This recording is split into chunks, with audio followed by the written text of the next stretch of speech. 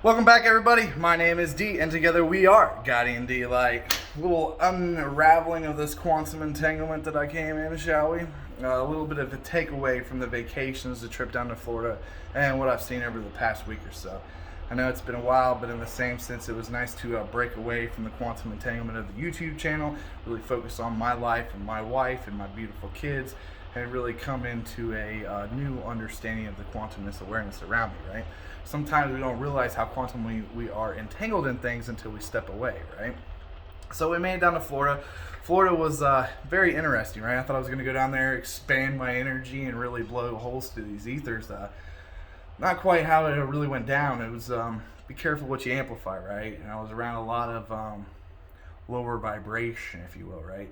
So it was very dense, right? So of course, I seized the opportunity. I might have had a little bit too much adult fun, if you know what I mean, but I definitely enjoyed myself. What do they say? Uh, Toes in the sand, not a worry in the world. But is the tide gonna reach my chair? Right? Really embrace that beach life, man. It was great. As you can see, I got my tan going. I think this is the most tan I've been this time of the year, right? So looking super excited to that. Hopefully, we can keep it up around here. Been super nice, right? Wanted to go outside and shoot this video, but unfortunately it's a little windy, and the winding, the sound effects, that kills the videos. But yeah, so we're down in Florida. Multiple different things happened. Well, one situation was very good. So it's empowering how powerful the smile is, right? And just having good conversation with people and appreciating what they do and what their service is, right? And really giving that light back, that shine, that smile, right? And in gratitude towards that person and the things that they're doing. And we went to breakfast at the hotel, and this hostess, she's super nice. I think she was somewhere from Africa. She had that weird kind of accent, but super beautiful, black skin, and she was a beautiful lady. And she was coming over and interacting with our little Elsie, a little 1-year-old girl, and making sure she had everything. And like, oh, you didn't get crowns. You want to be like your brother, like kind of went and got some crackers and stuff. Just being super nice, went out of her way to make sure we enjoyed our breakfast experience, right? Well, fast forward a couple days later, we go down there and it's super busy, right? Everybody's waiting around for a table. And I checked in for the family, and I'm standing there kind of waiting around, just kind of feel how long it's actually going to take and stuff. And there was this party of 8, which was a lot bigger than my party, was behind me, right? And I had went away and told the wife, it's probably going to be 20, 30 minutes or whatever. Well, I came back to check because I didn't want to lose our spot in line, right? And this lady that had the group of 8, she was like, well, I don't understand why we can't make this guy move out there, because he had obviously finished his breakfast, but he was enjoying a book and he was sitting out on the patio. And the lady asked him, hey, just wait. We don't even have a server for you right now. Well, the lady persisted, and she went and took it upon herself to ask the guy to move. So the guy moves, and then she puts all these tables together so her group of 8 can come in, right? Well, the servers were busy and everything. Long story short, I got to sit down, and I was served my food and almost completely finished eating my meal before she was even served her drinks. And it really humbled me, right? Because I didn't force or nothing. I waited my turn, right? And to understand, people put themselves in those positions where they think the world revolves around them in a way, right? So she got her seat fast, but she didn't get the right service. So then what did she do? Well, she asked for the manager, right? And she wanted it to be comped and taken off her bill. And I literally about laughed my butt off, right? So I was talking to the hostess, and I was like, I know that's not your problem. You told her not even to sit down, right? So I was like, tell your manager I'd like to speak to him, right? So manager comes over, and I was like, I just wanted you to tell you that lady didn't listen at all, and the reason why she's getting served is because she didn't listen. And I said, if anything, you should add gratuity to her bill and charge her extra. And it was a humbling experience back and forth with the management team. I mean, there was a Holiday Inn resort down in Panama City Beach. I mean, the management team down there and the team of people they have is just, it's phenomenal, right? They go out beyond and above your way.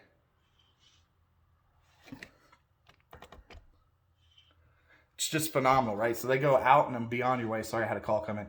So they go out and beyond their way to make sure your experience is good, right? And the humbleness and the family in this atmosphere was greatly appreciated. So kudos to that. I thought that was interesting. People try to force their way into situations, and it really backfires. And then the end results, if the frequency doesn't match the situation, then it kind of dwindles out, right? So that's cool. I've been having fun with that. Let's see what else here. Well, it was really interesting too. One day, this older lady, she's probably in her 50s, she stopped and asked me, said, "Honey, can I tell you something?" And I was like, "Yeah, sure. What's going on?" And she goes, "You are something to stare at." And I was like, "Huh?" She goes, "You've been easy on the eye." And I said, "Oh, thank you." And then she said, "Your wife must be very lucky, just to have that to hold on to and look at, right?" And I thought that was humbling for myself, because like anyone, right? I've kind of struggled with my weight a little bit. I lost a bunch of weight a couple years back. Kind of put that sympathy weight on when we had the little one, and now I've just kind of been petering out, right? Still eating healthy. Obviously, the dietary needs to be addressed. That's what I'm working on currently. So I understand that, but it was also humbling to understand, that I came off as, you know, really something good to look at to somebody, right, in a way. But in the same sense, the quantum entangled me with that, right? So I took that thought form and I looked into it. I'm like, well, I wonder who else thought that, right? And it was kind of interesting getting all the different faces and stuff that quantum entangled me. Like, damn, he's kind of sexy, or he's hot, No one to stroke the ego any more than that. But it's just interesting how, okay, in our self-talk, how we talk to ourselves and how we treat ourselves, we might put ourselves in a lower position, right? Or not consider ourselves to be as well off as we are, right?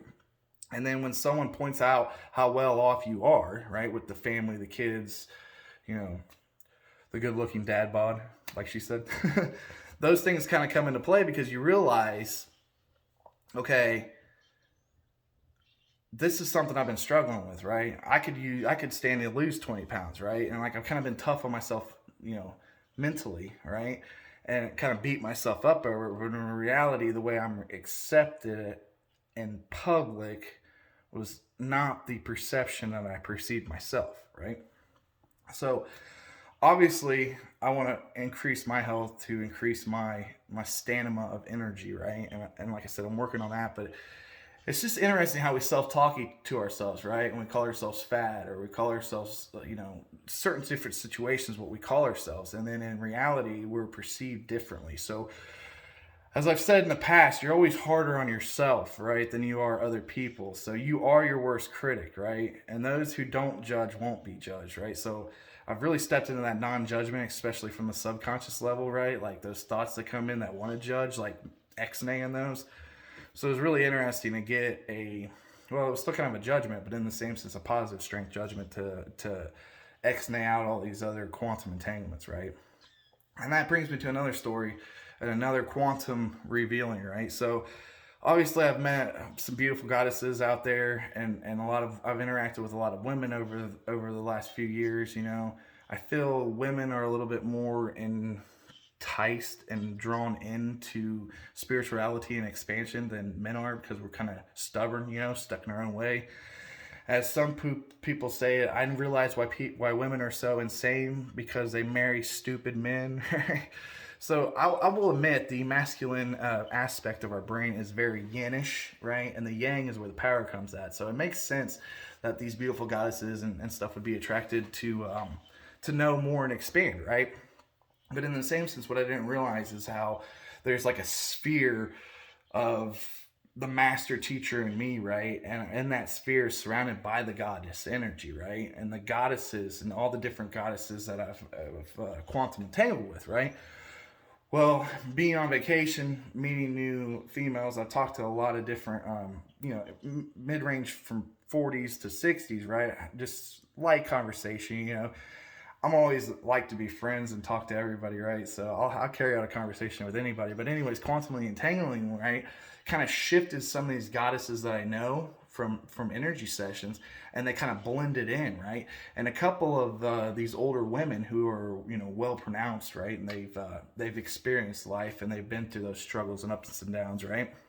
They were more acclimated to that goddess energy, right? And it's kind of the same thing of religion in a way, right? We don't really understand why the people are so into the religion, but in the same sense, they're purified. They put their heart in Jesus, and they follow by the word of the Lord, right? So in the same sense, from this goddess aspect that I'm talking about, these goddesses are tried and tribulated, right? And they went through these struggles and strifes. So they have more power even though they don't know it, right? They built a better foundation just by empowering themselves and living their lives, right? And it was interesting to see these different goddesses quantify with my energy fields and how it made different boundaries and kind of expanded that bubble, right? And created this whole new quantum entanglement with the goddess energy, which, I mean, you women are awesome. You're amazing. Sometimes you act a little bit too emotional. I mean, I get that. But in the same sense, wow, just to take it back and realize, if it wasn't for you guys, we wouldn't have birth, right? You guys are the center point of life. And just to put that out there. So, mad respect to my goddesses out there. Love you guys. I'm drinking the red juice. Ooh. So, what else? What else was good? Oh, apparently people just go to Panama City to drive up and down the beach at all hours. Not the beach, but the strip. It was really crazy. We were across the street from this Waffle House, right? And then the day and the morning and stuff, very light crowd. But, 2 o'clock at night, there was like 10 cop cars and all these brothers and sisters out there. They were just thumping their music with their cars and everything, just having a parking lot party. It was something else, right?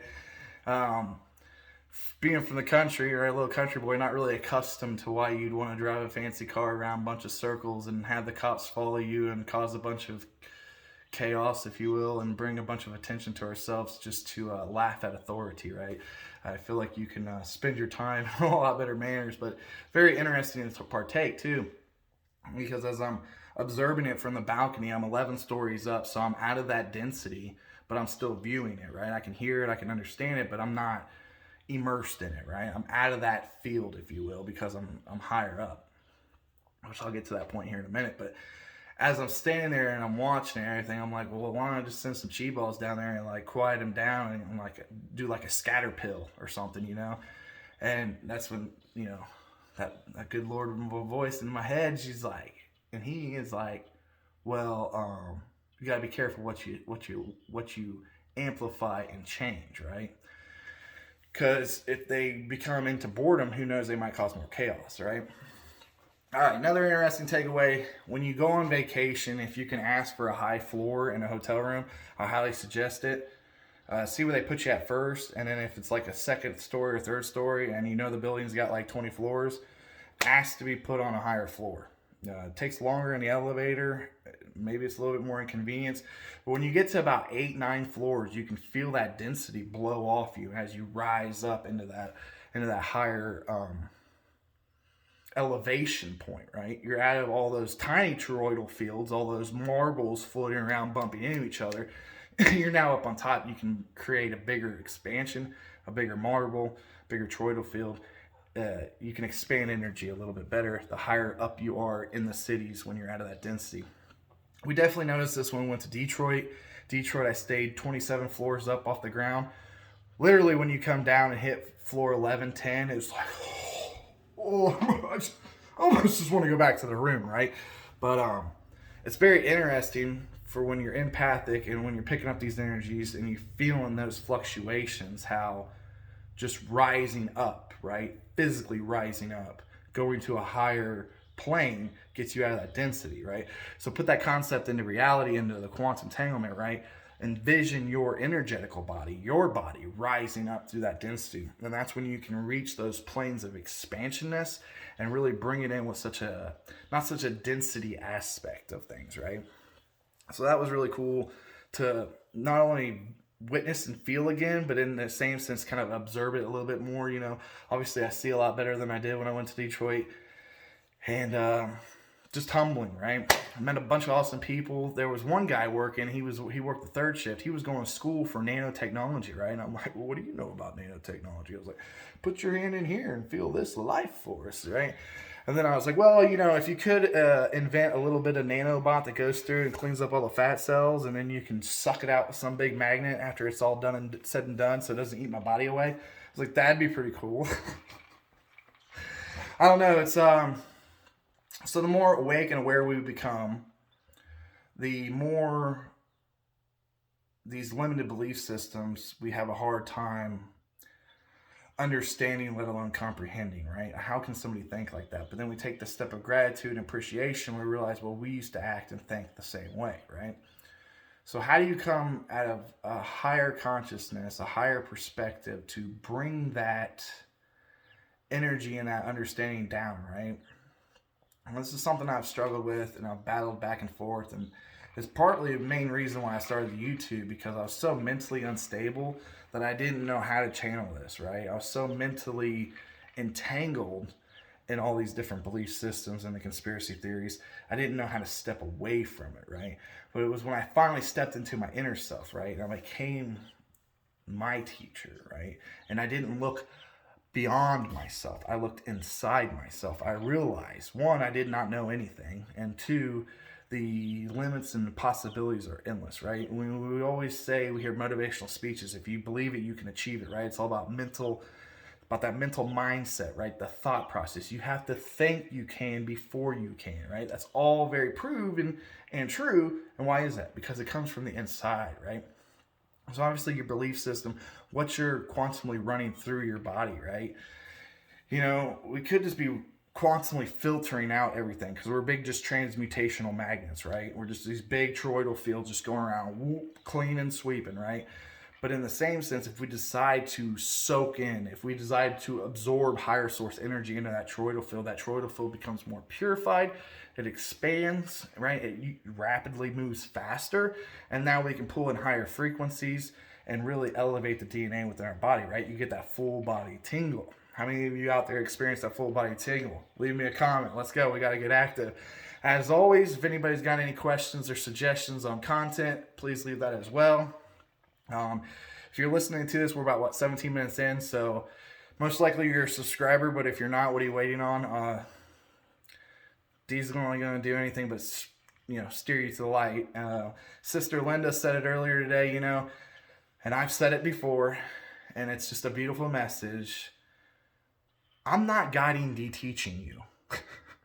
I'm guiding the light, okay? I'm guiding you to where you need to be in that inner self, right? The only one who can physically teach you is you, right? Everybody's tribulations, trials, strifes, initiations, it's all going to be completely different, right? But when you start combining the elementals in the kingdom, the animal kingdom and the elemental kingdom, if you start combining all that together, right, and you become that fifth element like Frozen 2, okay, all these signs are out there. They're trying to tell you without telling you. We talk about disclosure. It's here. It's been here, but a lot of people can't conceptualize it, okay? But when you really start putting those elements together, you become that fifth element, right? You step into that 5D presence and you expand and you realize you all one with everything. It's definitely a humbling experience. I'll never forget when I started talking to the animals one day, just clicked on and I flipped this lever over, right? I literally saw it throw over, and I'm talking to this bird, and then the fly comes on the wall and the fly's like, "What's up?" And I'm like, you give a whole new meaning to the fly on the wall now. It's actually true. And then you can break that down and be like, well, there's robotic dragonflies and stuff. Obviously, crazy technology. But think about the combining the elementals and what the ramifications and the amplifications of what happens when you do that, right? And they said, well, that could be used for bad. Well, no, it can't, because you can't throw the lever, aka you can't turn the key. One, if your gatekeeper doesn't want to let you, and two, if you don't already obtain the key, right? How do you attain the key? You put the faith in the Lord, put the faith in Source, and you consume it, right? Last little tidbit of what I've been going through, especially Easter Sunday, right? Why do they call it Good Friday? Do you really? Good Friday. The day Jesus died. It was a good day. That don't make sense. It should be called Bad Friday. And then Sunday, the resurrection, should be called Good Sunday. Anyways, here comes my next tangent. Hope you like this one. Sorry, super thirsty. It was 82 degrees in my office all day. I literally sat in my own sweat all day. Bunch of cheap butts. But anyways, so coming into this spirituality, to this understanding, to this knowing, right? Obviously, it was more of an alien thing to me. It wasn't necessarily higher consciousness. It was I saw these beings. They came, they talked to me, they touched me, right? It was a real experience. I was not hallucinating, right? And ever since then, I've always been in the light and I'm dipping in and out. And then I took my dark night of the soul twice because there's a planetary level and then there's a universal level for the whole Milky Way galaxy. So if you feel like you're going back into that struggle of that, well, you kind of are, but this time it's more galactic, and why the Arcturians don't get along with the raccoons, and we'll leave that there. All right, obviously, organic technology is always better than hardwired technology. I'll leave that one at that. But what was I searching for? I was searching for my healing powers. I was searching for higher energy, right? What did I find? The strength of the Lord, the power of Christ, the power of Source, being immersed in me, right? Walking the flesh as the God, right? Putting the Godhead on, right? I am God. Well, that's interesting. Because 2 years ago, you were just a drunken sailor, right? Or redneck, in my case. But anyways, it's very interesting how we go on this journey and we keep searching, seeking, trying to find different things outside of us. But when we come to the inner self, we understand our higher selves and, we start putting that together. But if you're not trying to find that light of the Lord, you're not trying to be the strength, if you're not trying to be God's hand, right, it's all going to be handed back to you. So for the lesson on Easter, it was like, well, they went to the temple to see Jesus, right, but he was gone, right? So they were expecting death, and where there was death, there was light. So where you don't expect to find Christ, to find the Lord, to find Jesus, to find Creator, however you want to put it, right? You don't expect it, right, in those certain locations, but then you see it, right, because he is everywhere, right? And it gives a new meaning, because I always was like, well, how does God answer prayers, right? Even as a young kid, it was the same thing with Santa Claus, right? How does Santa Claus get to everybody? How can you